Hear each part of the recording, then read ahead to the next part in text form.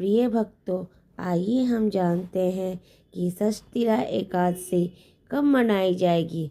2026 में षष्ठीला एकादशी 14 जनवरी बुधवार को मनाई जाएगी, क्योंकि एकादशी तिथि 13 जनवरी दोपहर 3:17 से शुरू होकर 14 जनवरी शाम 5:52 तक रहेगी।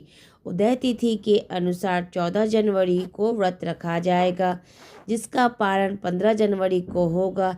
इस दिन तिल का दान और उपयोग करने से पाप का नाश, दरिद्रता से मुक्ति और सुख समृद्धि मिलती है। साथ ही इस बार मकर संक्रांति और कई शुभ योग भी संयोग बन रहा है। इस बार षष्ठीला एकादशी पर मकर संक्रांति के दिन पड़ रही है और इस दिन सर्वार्थ सिद्धि योग व अमृत सिद्धि योग जैसे शुभ संयोग भी बन रहे हैं, जिससे इसका महत्व और बढ़ गया है। षष्ठीला एकादशी का पारण हमें 15 जनवरी 2026 को प्रातःकाल 7:15 से 9:21 तक रहेगी। आइए अब हम जानते हैं षष्ठीला एकादशी की व्रत कथा के बारे में।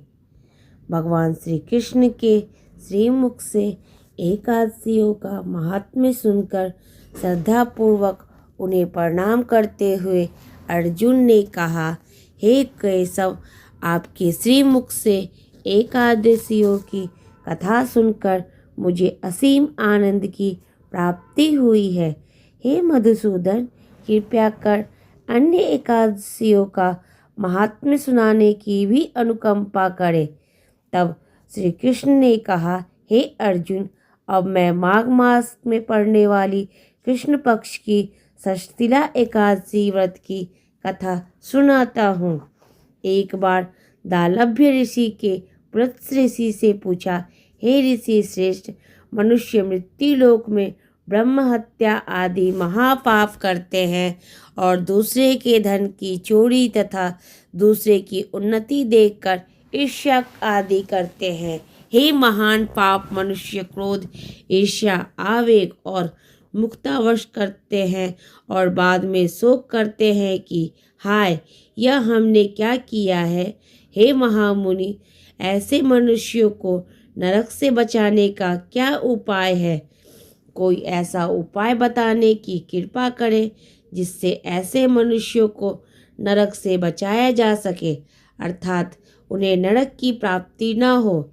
ऐसा कौन सा दान पुण्य है जिसके प्रभाव से नरक की यातना से बचा जा सकता है? इन सभी प्रश्नों का हल आप कृपया पूर्वक बताइए।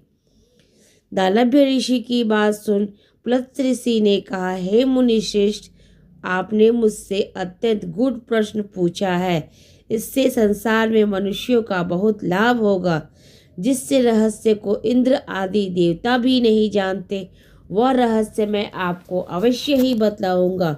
माघ मास आने पर मनुष्य को दान आदि से शुद्ध रहना चाहिए। इंद्रिय को वश में करके तथा काम, क्रोध, लोभ, मोह, ईर्ष्या तथा अहंकार आदि से सर्वथा बचना चाहिए। पुष्य नक्षत्र में गोबर, कपास, तिल मिलाकर उपले बनाने चाहिए। इन उपलों से 108 बार हवन करना चाहिए। जिस दिन मूल नक्षत्र और एकादशी तिथि हो, तब अच्छे पुण्य देने वाले नियमों का ग्रहण करना चाहिए। स्नान आदि नृत्य क्रम से देवों के देव भगवान श्री हरि का पूजन व कीर्तन करना चाहिए। एकादशी के दिन उपवास करें। उसके दूसरे दिन धूप, देव, नैवेद्य से भगवान श्री हरि की पूजा अर्चना करें तथा खिचड़ी का भोग लगाए। उस दिन श्री विष्णु को पेठा, नारियल, सीताफल या सुपारी सहित अर्घ्य अवश्य देना चाहिए। तदुपरांत उनकी स्तुति करनी चाहिए। हे जगदीश्वर, आप निराश्रितों को शरण देने वाले हैं। आप संसार में डूबे हुए का उद्धार करने वाले हैं। हे कमल नयन, हे मधुसूदन, हे जगन्नाथ, हे पुंडरीकाक्ष, आप लक्ष्मी जी सहित मेरे इस तुच्छ अर्घ्य को स्वीकार कीजिए।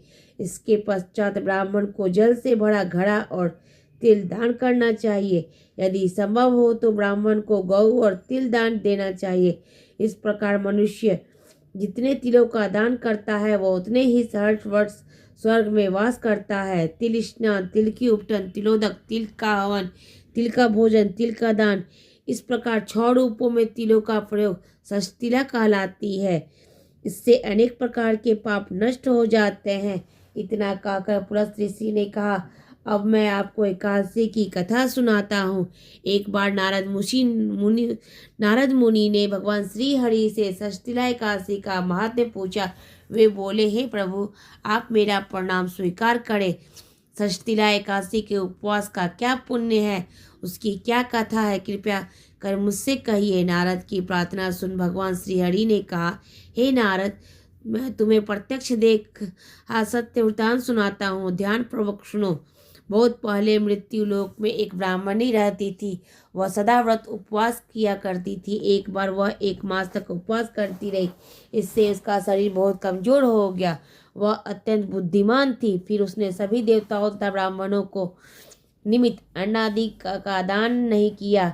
मैंने चिंतन किया कि इस ब्राह्मणी ने उपवास आदि से अपना शरीर तो पवित्र कर लिया है तथा इसको वैकुंठ लोक भी प्राप्त हो जाएगा, किंतु इसने कभी अन्न दान नहीं किया है। अन्न के बिना जीव की तृप्ति होना कठिन है। ऐसा चिंतन कर मैं मृत्यु लोक में गया और उस ब्राह्मणी से अन्न की भिक्षा मांगी। इस पर उस ब्राह्मणी ने कहा कि हे योगीराज, आप यहाँ किस लिए पधारे हैं? मैंने कहा, मुझे भिक्षा चाहिए। इस पर उसने मुझे एक मिट्टी का पिंड दे दिया। मैं इस पिंड को लेकर स्वर्ग लौट आया। कुछ समय व्यतीत होने पर वह ब्राह्मणी शरीर त्याग कर स्वर्ग आई। मिट्टी के पिंड के प्रभाव से उसे उस जगह एक आम का वृक्ष सहित घर मिला, किंतु उसने उस घर को अन्य वस्तुओं से खाली पाया। वह घबराई हुई मेरे पास आई और बोली, हे प्रभु, मैंने अनेक व्रत आदि से आपका पूजन किया, किंतु फिर भी मेरा घर वस्तुओं से रिक्त है। इसका क्या कारण है? मैंने कहा, तुम अपने घर जाओ और जब देव स्त्रियां तुम्हें देखने आए तब तुम उनसे षष्ठिला एकादशी व्रत का महात्म्य और उसका विधान पूछना। जब वह न बताए तब तक द्वार नहीं खोलना। प्रभु के ऐसे वचन सुन वह अपने घर गई और जब देव स्त्रियां आई और द्वार खोलने के लिए करने लगी तब उस ब्राह्मणी ने कहा कि यदि आप मुझे देखने आई हैं तो सबसे पहले मुझे षष्ठिला एकादशी का महात्म्य बताएं। तब मैं उनमें से एक देव स्त्री ने कहा, यदि तुम्हारी यही इच्छा है तो ध्यानपूर्वक श्रवण करो। मैं तुमसे एकादशी व्रत और उसका महात्म्य विधान कहती हूँ। जब उस देव स्त्री ने षष्ठिला एकादशी का महात्म्य सुना दिया तब उस ब्राह्मणी ने द्वार खोल दिया। देव स्त्रियों ने ब्राह्मणी को सब स्त्रियों से अलग पाया। उस ब्राह्मणी ने भी देव स्त्रियों के कहे अनुसार षष्ठिला एकादशी का उपवास किया और इसके प्रभाव से उसका घर धन धान्य से भर गया।